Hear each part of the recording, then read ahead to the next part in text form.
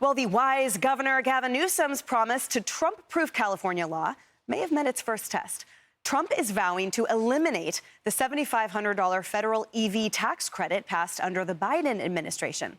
So Newsom is vowing to make California taxpayers pick up the bill instead, saying in a statement, quote, "We will intervene if the Trump administration eliminates the federal tax credit, doubling down on our commitment to clean air and green jobs in California.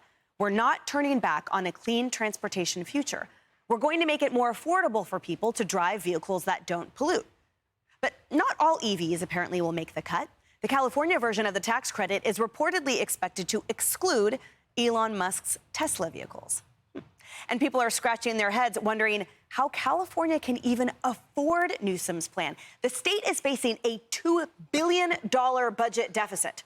Just a few days ago, the state's nonpartisan Legislative Analyst Office warned it, quote, does not have capacity for new commitments. Dagan, I think a good euphemism for, bro, we cannot afford your ridiculous ideas. Gavin Newsom's clearly running for president, Yes. and he somehow thinks it's a smart idea to pick on Elon Musk. When Ro Khanna on X said this, Tesla makes over 550,000 vehicles in Fremont, in my district, and employs over 20,000 people. Let's not play politics with keeping manufacturing in California. It would be foolish to exclude Tesla. Have we learned nothing from snubbing Elon Musk at the Biden EV summit? In terms of electric vehicles, California in a decade is going to ban the sale of all new gasoline-powered automobiles. So all electric. They have to import their electricity into the state. California imports more electricity than any other state. Between 1/5 and 1/3 of its electricity supply has to come from outside of California. All Gavin Newsom can do a year ago went to China to drive a BYD electric vehicle and said, look, who needs a car when you can have a car and a boat? Like some low-rent Ron Popeil. That's Gavin Newsom. And Doctor, I mean, literally right now, Donner Pass is flooded with snow. It's one of the coldest Decembers on record. So how does he think the good people of California are going to take their electric vehicles through the snow? I mean, he doesn't account for the transition, but that's the whole point, that it's virtue signaling. It's not an actual intelligent plan. Bingo, it's politics. It's not reality. Now, I will give a little bit of a nod to Los Angeles. Somehow, over the last 30 years, you can actually see down the street, but that is not due to Gavin Newsom. And when it comes to electric vehicles, look at this, Emily. Only 20% of those buying electric vehicles even qualify for this $7,500 rebate. That's number one. Number two, everybody figured out in the last month that they should lease their vehicle. Because if you lease your vehicle, then you don't have to buy a vehicle that's purely made in the United States. You can get around that. So 79% of owners are now leasing instead of buying. How's that actually helping the environment? And of course, here, this is personal. This is personal. This is Newsom versus Musk, and that is not where we should be. As one of the Californians that fled, it's hard to picture a governor that claims to have everyone's well-being and well interests in mind, when the reality is, because of him, the state has absolutely fallen on a cliff.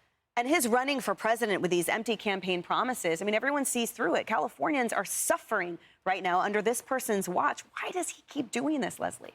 Oh, this isn't going to be suffering. I want to answer the question for the people in my own government who don't know how to pick up the phone, which I did. Here is where the rebates for the EV buyers come from. It comes from, which the people of California wanted, the Greenhouse Gas Reduction Fund. That fund is fully funded. It expires in a couple of months, so the money is already there. So saying that it's going to be the taxpayers, that we don't have the money for this one. I don't feel that a state that has the 6th largest economy in the world is hurting. And that is not, yes, there are people that say that they're hurting, and honestly, in every state, right? When people, go into the supermarket and, they see the price of eggs going up, even if that can't be and shouldn't be blamed on a president, or a governor, that, that's what they're feeling. And I always say when it comes to numbers, it's facts versus feelings. Just last thing I want to say is, Governor Newsom's even getting attacked for saying, look, federal government doesn't want to give you a rebate. We will here in the state.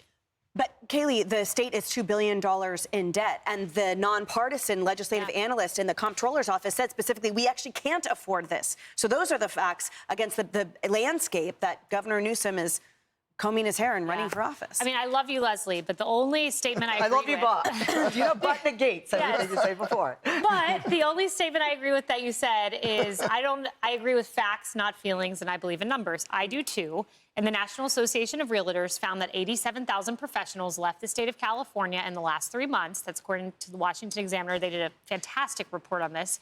And where did they leave for? Texas and Arizona. Can you please, because we like facts, can you please look at how many people came in? Let me add more facts to that. Washington Examiner. The carbon fuel standards in California, I hope you guys like it out there because it's going to cost you $1,000 more a year in taxes. That's the great state of California. And if this is so popular, EV mandates, then why did Kamala Harris's team put out a fact check and say she is not for EV mandates? She distanced herself.